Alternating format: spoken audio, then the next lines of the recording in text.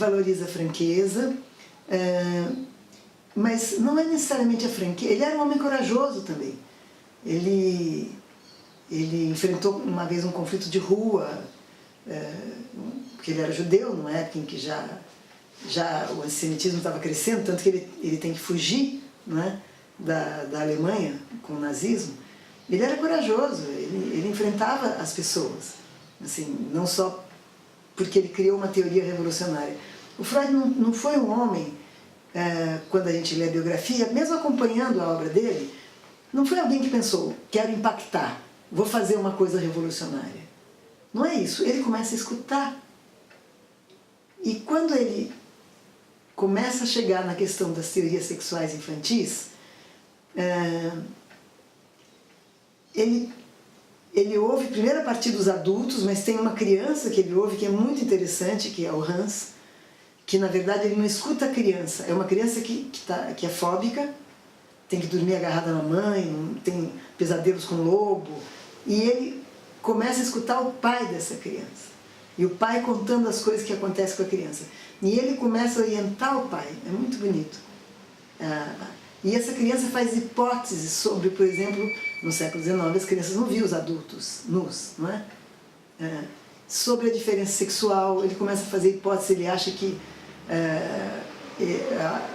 a mãe não tem o mesmo órgão sexual que o pai, porque alguém cortou. E era frequente, como também acontecia com Hans, que quando a criança era flagrada, por exemplo, tocando os genitais, numa masturbação infantil, às vezes a babá ou às vezes a própria mãe fala, ó, seu pai vem aí e corta, e não pode. Então, ele cria esse conceito, por exemplo, que hoje a palavra é muito escandalosa, que é de castração, baseado nesse temor infantil de perder o órgão genital, que tem a ver com a educação antiga. Hoje ninguém mais diz, se seu pai vê, corta, né? Mas castração, que é essa fantasia do medo de se perder algo muito precioso, e por que o órgão genital é precioso? Porque ele dá prazer, né? Esse conceito se torna, ele vai ter dois desdobramentos. A castração é a nossa incompletude. E nisso não tem por que o Freud não ser atual. Ele será atual até o fim dos tempos.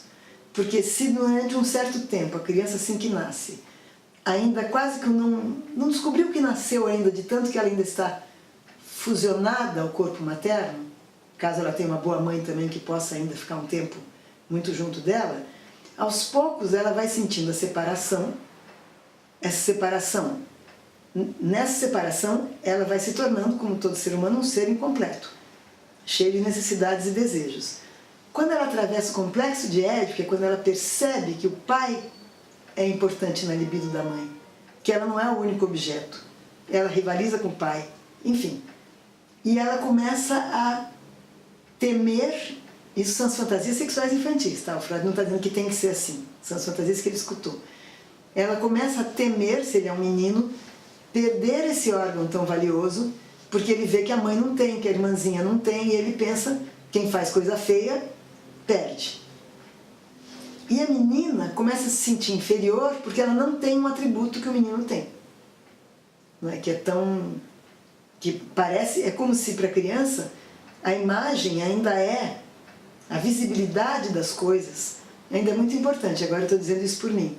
Quer dizer, a gente observa até hoje a criança dizer, mas o meu estojo é maior que o seu, então é mais bonito. Não necessariamente por ser maior é mais bonito, né? O meu aviãozinho de brinquedo é maior que o seu. Então, para a criança pequena, a menina também tem um órgão de prazer ali, ela também sabe disso, ela também se toca, ela também se masturba, ela percebe, mas ela vê no corpo do irmão uma coisa que lhe falta. Então, isso desenvolveria na menina o que se chama um complexo de castração. Ou seja, ela não tem, então ela é menos, então ela foi menos amada pela mãe, então o pai vai valorizar ela menos. Pode vir por vários... E no menino, um medo de castração, que é o contrário. Ele tem uma coisa que a menina não tem, então se eu fizer alguma coisa errada eu também vou perder. Tá? Bom, isso é o imaginário infantil. Mas a gente pode pensar que, num certo sentido, ao longo da vida, os homens mesmo que tenham coragem, no sentido da coragem física, são estimulados a isso, etc., eles têm um medo narcísico talvez um pouco maior do que as mulheres, no sentido de que eles têm mais a perder. E as mulheres, o medo narcísico das mulheres é mais situado no perder o amor de um homem que vai dizer o valor que ela tem. E falta completar uma coisa, apesar da origem antiga e do mau gosto dessa palavra castração, ela se tornou um conceito, então é ela que nós temos que usar, não é? É importante dizer que a castração é condição do nosso desejo e é a nossa condição, quer dizer, somos incompletos. Não é porque o homem tem ou a mulher não tem, e a castração é condição do desejo. Então a condição mais triste, que às vezes se apresenta na psicose, por exemplo, ou em melancolias muito profundas, é a condição de não desejar. O desejo é a nossa potência, é o que faz a gente ir para frente na vida, a gente procurar objetos de satisfação e nenhum deles nos locupletar, nenhum deles agora chega, não preciso mais nada. Isso seria a morte psíquica, né? Isso eu já tinha dito. Enfim, então tem uma positividade nesse conceito, apesar dele ser um conceito de carniceiro, digamos assim, na sua origem. A palavra, né, está inspirada num ato, na imagem de um ato, uma carnificina, digamos.